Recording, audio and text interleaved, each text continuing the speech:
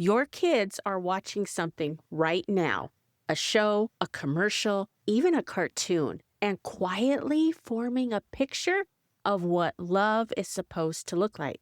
Most of what's on screen today is giving them the wrong idea. Today, I have a 1965 live-action musical that gives them the right idea. No sex, no nudity, no language. Clean, beautiful, and one of the most overlooked family picks on streaming right now. Plus, one of the actresses in this movie went on to voice one of Disney's most iconic villains. Welcome to Wholesome TV Picks, the only podcast where every recommendation is backed by 35 years of watching wholesome TV, so you never waste another night on the wrong pick. Let's get into it. Leslie Ann Warren, who played Cinderella, gives a magnetic performance that is just so pure and innocent. With all the versions of Cinderella out there, how is this one any different? Here are 3 reasons. First, the music. Rodgers and Hammerstein wrote some of the most beloved songs in musical theater history, and this movie is full of them. Impossible, 10 Minutes Ago, and In My Own Little Corner. The songs are lively, uplifting, catchy, and just add that extra oomph to the story. They're part of the story that just wouldn't be the same without. Your kids will probably want to rewind it and listen to the songs again. You may also find yourself singing along like I do. Did you know you can even find the soundtrack on iTunes as well? If you're an I Love Lucy fan, Rodgers and Hammerstein is mentioned in a couple of episodes.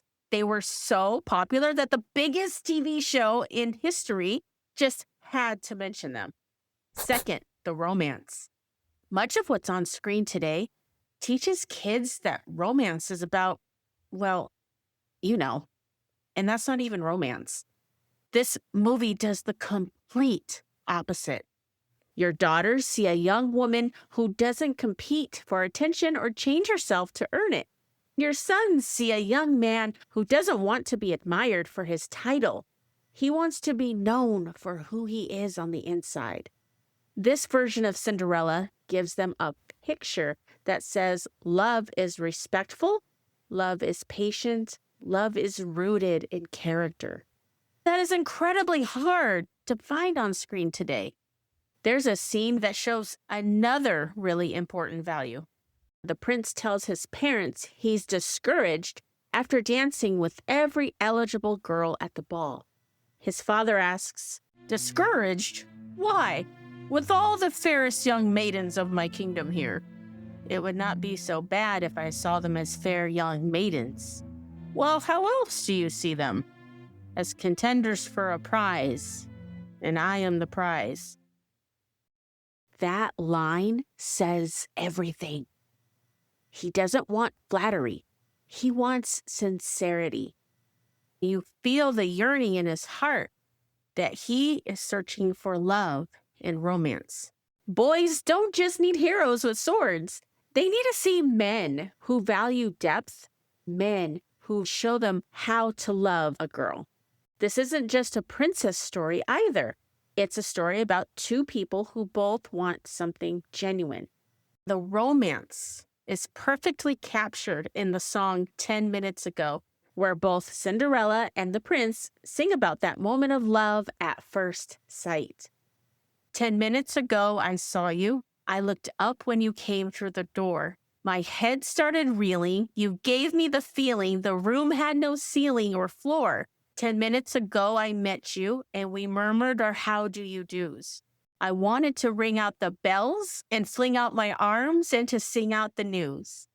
Songs aren't written like this anymore. There's a depth to these songs, and nothing about physical beauty is ever mentioned. My hope is for both your and my children to experience something like that one day. That's what this movie gives that is so lacking in media today. Did I mention that the prince is played by Stuart Damon? Here's a little inside secret. I had a little crush on Stuart Damon when I was a kid. So young Jennifer was very happy to see him show up as the prince.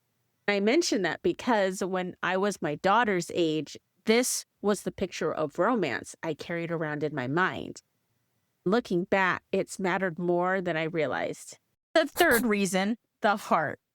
Cinderella is treated horribly in this movie by her pompous stepmother and equally annoying stepsisters.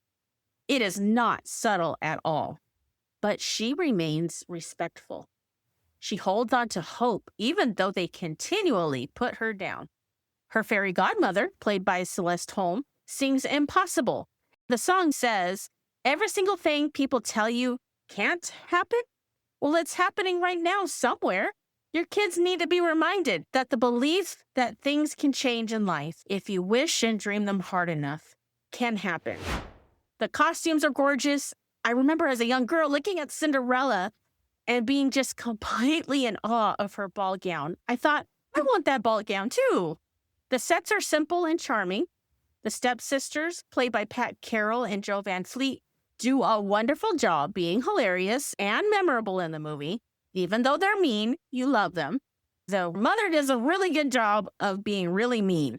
It's a bonding experience for the whole family.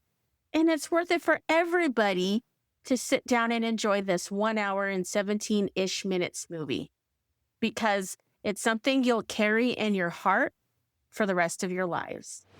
Now that Disney connection I mentioned earlier at the beginning of the show. Pat Carroll, who plays Prunella, one of the stepsisters, she's also the voice of Ursula in The Little Mermaid. I remember watching a behind-the-scenes thing a long time ago and saw Pat Carroll with the headphones voicing Ursula. It's just really interesting when you look at this movie and you see her a lot younger and you're like, oh my gosh, that's the woman who played Ursula? Rodgers and Hammerstein Cinderella is a 1965 classic. Clean, beautiful, and the kind of wholesome family entertainment you can press play on with zero hesitation. This is a great pick for family movie night when you want something with real heart.